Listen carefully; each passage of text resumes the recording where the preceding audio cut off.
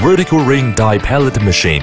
YGKJ Centrifugal Efficient Vertical Ring Die Pellet Machine is by our company technical staff carefully developed, the first national patent products. This series of products are applicable to rice husk, peanut shell, branches and trunks, bark, etc., all kinds of wastes, crop, straw, and sawdust. 5 characteristics of vertical ring die pellet machine. 1. The mode vertical installation. Run static. Vertical feeding directly in pelletizing room. 2. Roller rotate. Materials are evenly distributed around pelletizing room because of centrifugal force. 3. Double layer die.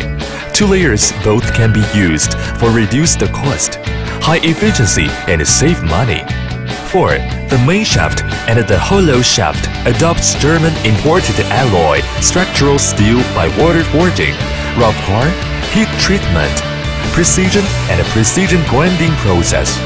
The structure is reasonable, uniform hardness, improve the parts of fatigue resistance and wear resistance, running more stable.